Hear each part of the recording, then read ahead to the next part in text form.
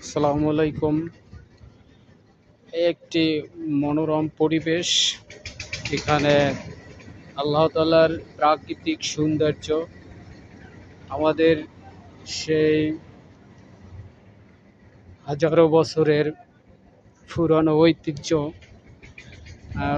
আবহমান কাল ধরে আমাদের মাতৃভূমির, আমাদের জন্মভূমির কুল ঘেঁষে সেই বিষখালী নদী প্রবাহিত হচ্ছে।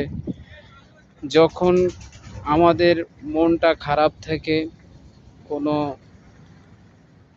বিপদগ্রস্ত অথবা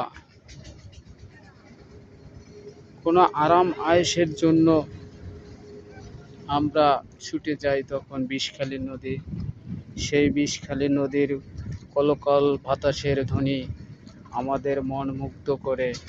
এটি দর্শনার্থীর জন্য আমাদের একটি সেরকম জায়গা। এটির আমি এখন দাঁড়িয়ে আছি নদীর পূর্ব সাইডে। নদীর মাঝখানে একটি চর আছে, যাকে বলা হয় মাঝের চর। আর এই স্থানটা হচ্ছে গুইসাখালী।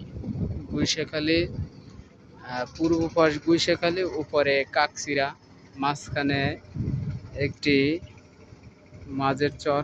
এখানে অসংখ্য মানুষ বসবাস করে। তাই এই মাঝের চরে মানুষগুলা খুব প্রাকৃতিক সৌন্দর্য উপভোগ করে একদম অনায়াসে। আবার যখন দুর্যোগ আসে, তখন তারা দুর্যোগের সাথে এক পর্যায়ে নিজের জীবন বিসর্জন দিয়ে যুদ্ধ করে তখন তারা বেঁচে থাকেন এই মাঝের চরের মানুষগুলো। এই মাঝের চরের মানুষগুলো জীবিকা উপার্জন করে একমাত্র এই, তাদের উপার্জনের উদ্দেশ্য হচ্ছে মাছ। এই অনেক জেলে এবং তবে আর একটা জিনিস, মাঝের চরে অনেকগুলো ফল ফ্রুট ভালোই জন্মে, যেমন তরমুজ, অসংখ্য তরমুজ জন্মে, তারপরে আম, পেয়ারা, লিচু। এখানে ফলের কোনো অভাব থাকে না। তাই এই মানুষগুলো সবসময় মানে একটি প্রাকৃতিকের সাথে জড়িত। তবে আমরা দর্শনার্থীর জন্য এটুকুই বলতে চাই, আপনারা ছুটে আসবেন এই মাঝের চরে।